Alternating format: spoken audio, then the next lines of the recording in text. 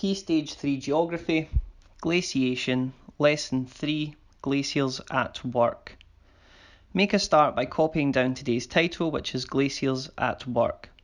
Some of the key words in this topic are glacier, erosion, deposition, ice sheet, ice field, abrasion, plucking, striation, moraine, ice core, sediment, till, and avalanche. Make a note of these keywords next to your title page or at the back of your notes in your glossary. By the end of the topic, you should have a definition for each of these keywords. Let's take a look at the lesson sequence together to understand where we're at with our learning. We should have covered an introduction to glaciation, glaciation in the last ice age. We will go on to look at glaciers at work. We will then go on to look at glacial erosion landforms, glacial ecosystems, avalanches, avalanche research, human activity in glaciated areas, and finally, an assessment. Today's starter task is, using your knowledge from the last lesson, think about how the ice coverage would have looked like thousands of years ago. Looking at the map of the globe, you can see our Arctic and Antarctic regions are already covered in ice. But how would this have looked 14,000 years ago? In your book, write down a description of which parts of the Earth you think might have been covered 14,000 years ago. Let's look at a map of the globe 14,000 years ago and see if you were correct. You can see our Arctic and Antarctic regions have expanded with ice, and most of North America and Northern Europe is completely covered by ice. Also, some of South America and a small part to the southeast of Australia is also covered by glaciers. Let's move on to look at how glaciers work. The learning objectives for today's lesson, which we will revisit at the end, are as follows. Level 1 and 2. Be able to describe the formation of a glacier. Level 2 and 3. Be able to describe and explain the 3 glacial erosional processes. And level 3 to 4, explain how glaciers shape the Earth. We should all be able to achieve these objectives by the end of this lesson. So how does a snowflake turn into a glacier? Let's watch the short YouTube clip together and understand how. Your task while we watch the short clip is to write 5 keywords, write 2 bullet points on how a glacier is created, and finally, write 3 full sentences explaining how a snowflake can finally turn into a glacier. When you've completed this task, the Geo challenge is to draw a diagram showing the formation of a glacier. You can use the diagram on the PowerPoint to help you. So how does a snowflake form into a glacier?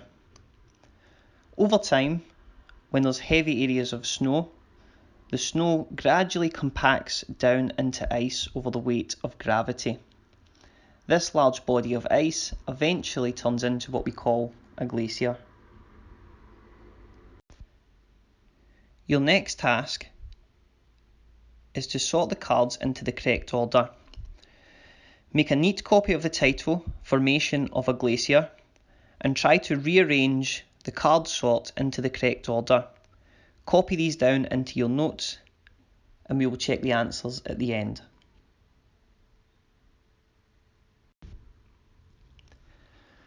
The correct answers are as follows.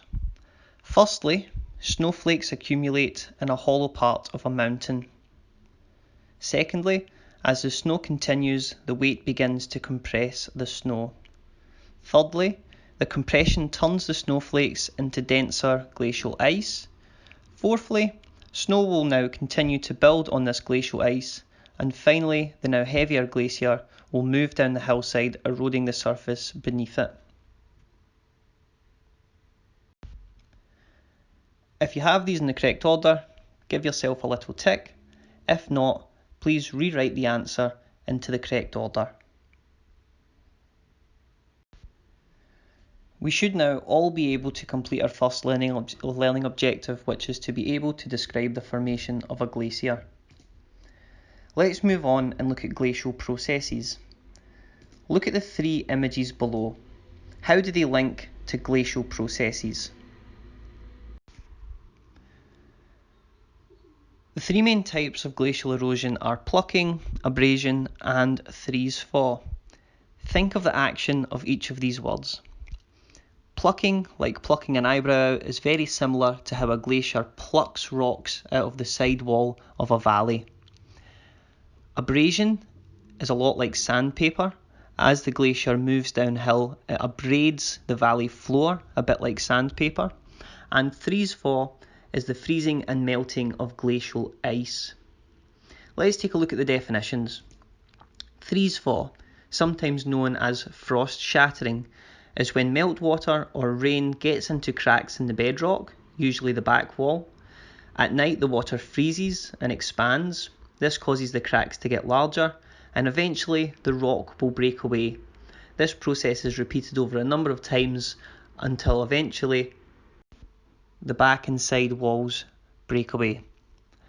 Plucking is when meltwater from a glacier freezes to the base rock and lumps of cracked and broken rock.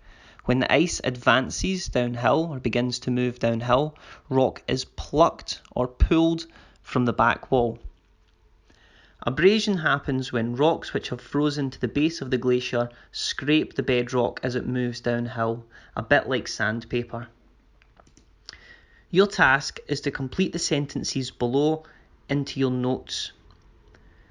You should now understand our second learning objective of this lesson, which is to be able to describe and explain the three glacial erosional processes: plucking, abrasion, and freeze-thaw weathering. Finally, let's move on to how do glaciers shape the earth. Stick the images into your book and let's watch this short clip together. Before glaciation, V-shaped valleys are created by streams and rivers. Often, glaciers follow these V-shaped valleys. The second image shows during glaciation. This is when the glacial processes that we've talked about before, plucking, abrasion, and freeze-thaw, begin to change and shape the landscape.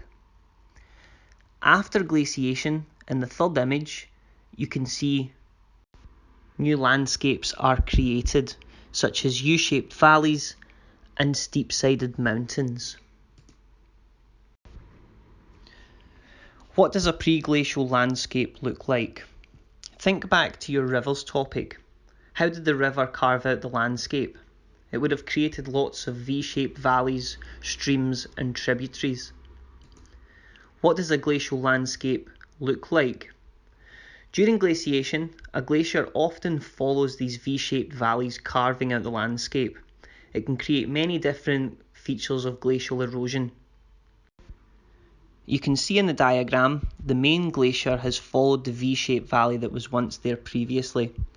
It has widened, deepened, and steepened the V-shaped valley to create what is now called a U-shaped valley.